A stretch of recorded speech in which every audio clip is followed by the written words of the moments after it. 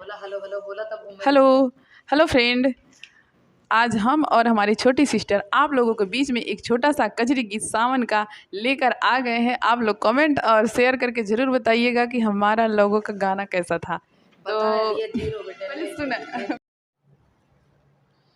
पिया मेहंदी लिया दमोती झील से जाके साइकिल से ना। पिया मेहंदी लिया दमोती झील से जाके साइकिल से ना।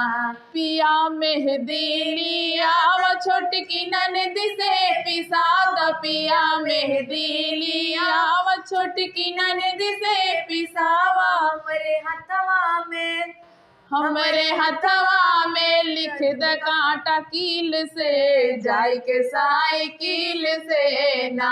हमरे हथवा में लिख द कांटा कील से जाय के साइकिल से ना।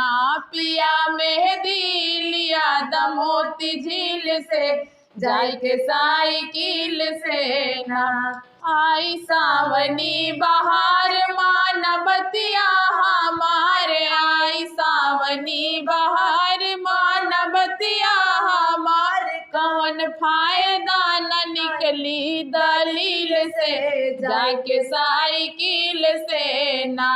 पिया मेहंदी दमोती झील से जाके साइकिल से ना।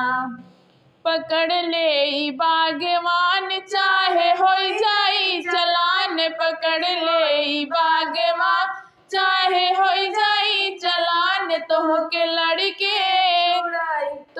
लड़के छुड़ाई बई वकील से जाय के साइकिल से ना।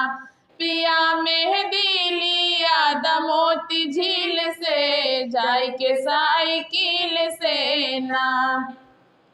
मन में ला